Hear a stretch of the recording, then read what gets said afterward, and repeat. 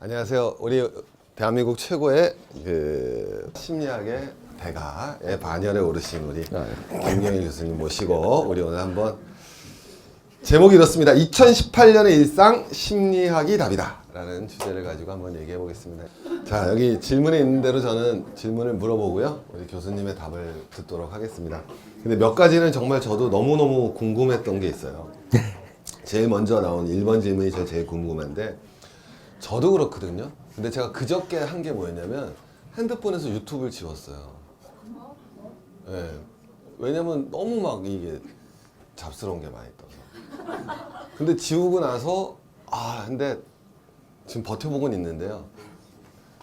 그 1번이 유튜버가 뜨는 세상, 이제 완전 개인 방송의 시대가 됐잖아요.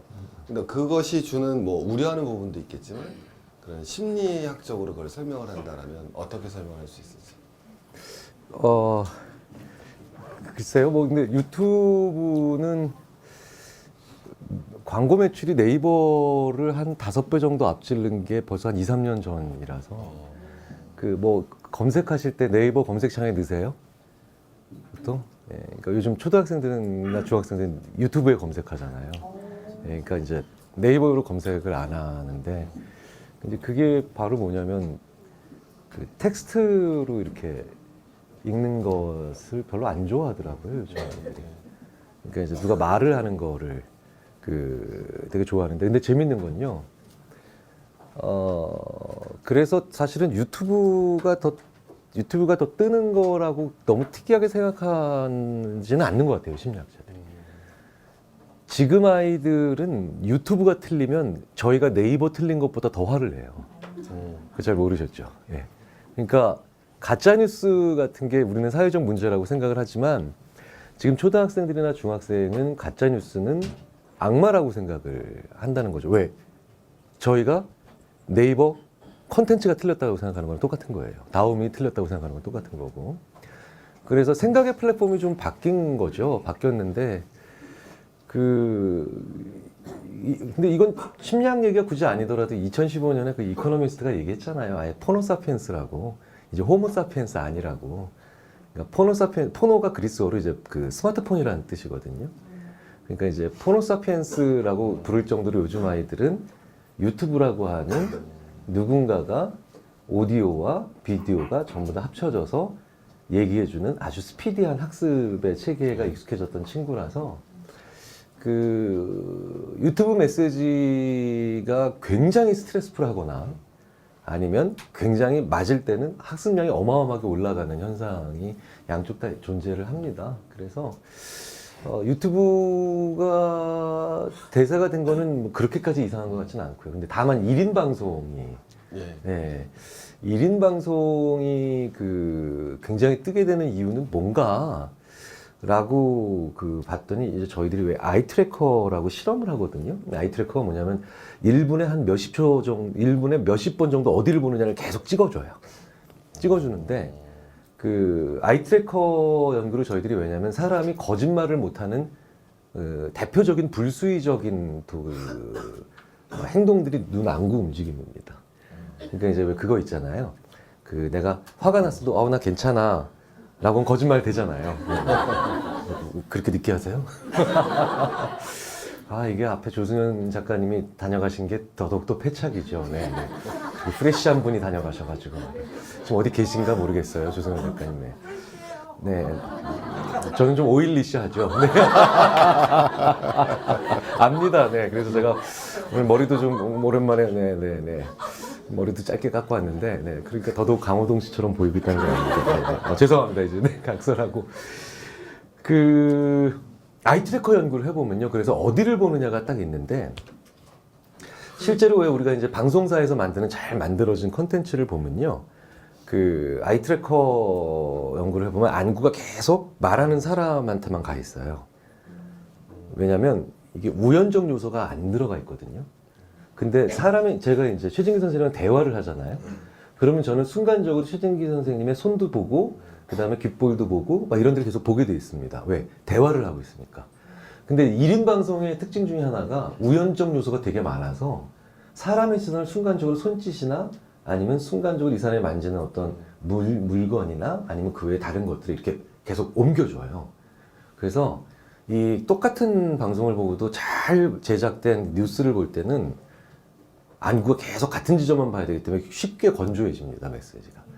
근데 유튜브에서 1인 방송하는 걸 보면 계속 이런 쪽에 가면서 시선이 되면서 대화하는 것 같은 때의 안구의 패턴을 보여요. 그러니까 이 얘기는 뭐냐? 1인 방송은 대화하는 것처럼 훨씬 더 우리한테 잘 들어온다는 거죠. 예. 그러니까 뉴스는 기억에 잘 안 남거든요. 근데 대화는 기억에 남잖아요. 그래서 1인 방송이 가지는 그런 우연적 요소, 본인들도 잘 통제를 못하는 이런 요소들은 굉장히 우리로 하여금 같은 메시지도 오래 기억에 남게 해주는 그런 특징이 있습니다.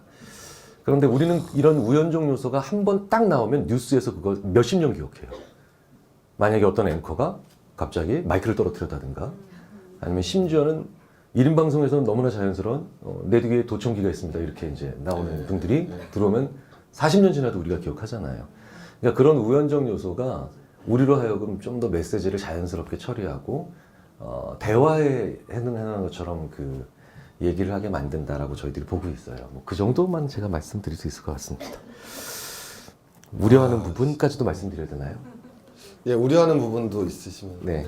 사실은 저는 우려라기보다는 지금 이제 좀 문제가 되는 건 여전히 제일 그 많이 걱정하신 가짜 뉴스잖아요. 가짜 뉴스가 작년에 심리학자들의 가장 미국 심리학자들의 가장 큰 관심사 중에 하나이긴 했어요. 바로 이제 트럼프 아저씨 때문에 이 진짜 뉴스와 가짜 뉴스가 이쪽도 구분이 안 돼가지고 그 다니엘 오펜하이머라고 하는 미국에서 가장 해학적인 연구, 그러니까 이그노벨상 후보로 매번 오르는 사람인데 그 이그노벨상이 그 노벨상을 풍자해서 만든 상이지만 굉장히 그 아주 한 방에 있는 그런 통찰을 주는 연구를 할 때 이그노벨상 주잖아요. 이그노벨상을 한 번 받기도 했고 매번 이 사람 연구가 이그노벨상 후보에 오르는데 가짜 뉴스는요. 비판하는 뉴스가 올수록 가짜 뉴스를 오히려 더 오래 기억하는 경향이 나옵니다. 가짜 뉴스가 문제입니다. 지상파에서 팩트 체크를 해요. 팩트 체크를 하면 우리는 팩트 체크가 됐다라고 생각했으니까 가짜 뉴스를 기각하고 무력화시킬 수 있다고 생각하잖아요. 근데 진짜 놀라운 건, 무서운 건 가짜 뉴스는 팩트 체크를 해도 여전히 팩트 체크된 횟수만큼 더 더해져서 그 가짜 뉴스를 머릿속에서 떠올리는 아주 안 좋은 그런 현상이 있죠. 그래서 가짜 뉴스 같은 경우에는 사실은 심리학자들의 결론은 한결같습니다. 그게 어떻게 가능할지는 모르겠는데 그냥 언급을 안 해주는 게 가장 좋은 방법이라는 거는 저희들이 연구해보면 거의 비슷하게 나와요. 네. 아, 잠깐인데도 확 빨려 들어가네요. 처음 알았어요. 뭐냐면 1인 방송이 왜 뜨는지, 어떻게 사람의 집중을 더 많이 끌어가는지. 놀라운 얘기를 들었습니다. 어쨌든 주제가 우리 2018년 일상이니까요.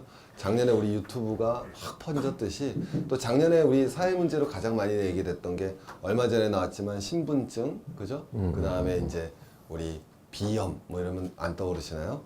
네, 비염 기억 안 나세요? 우리 갑질 문제가 많이 나오고 있죠. 땅콩 사건도 있었지만, 근데 이제 나오면은 특히 왜 한국 사회에서 이렇게 그러니까 제일 궁금한 게 이런 갑질이라는 게 한국 사회의 특수한 현상인지 아니면 전 세계적인 보편적인 현상인지 또 있다면 왜 우리 한국 사람들 마음속에 이렇게 갑질이 상처를 특히 주고 이렇게 되는 건지 갑질 문화에 대해서 한번 좀 심리학적으로 말씀을 들어보고 싶어요.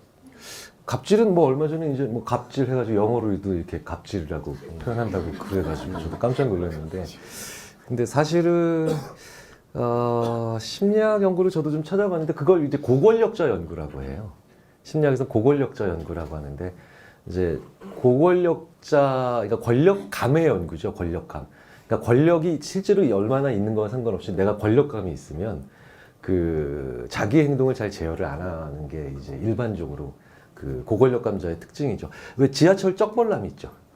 예. 그러니까 보통 지하철에 아무도 안 앉아 있는데 완전히 빈 좌석이 있을 때 지하철 처음 타면 어디 주로 타세요? 어느 쪽에 앉으세요? 양쪽 가운데부터, 그러니까 양쪽 그 끝에 보통 많이 앉으시잖아요. 근데 이제 권력감이 높은 사람들의 특징이 바로 뭐냐면 가운데 앉아요. 가운데 앉아요. 네. 다리를 벌리고. 네. 그러니까 취객이 아닌데도. 식이 아닌데도. 네. 근데 그 권력감이라는 것의 정의가 뭐냐면 내가 내 의지대로 상대방의 행동을 내 의지대로 바꿀 수 있다라고 하는 게 권력감의 핵심이거든요. 그러니까 내가 내 마음이 어떻든 상대방은 내 마음대로 이렇게 움직일 거다라고 하는 뭐 그게 크게 이상한 거나 아니면 상식에 어긋나는 정의는 아니죠. 근데 문제는 권력감을 가지게 되면 어떤 안 좋은 현상이 있냐면 자기의 안 좋은 습관이 제어가 안 되겠죠.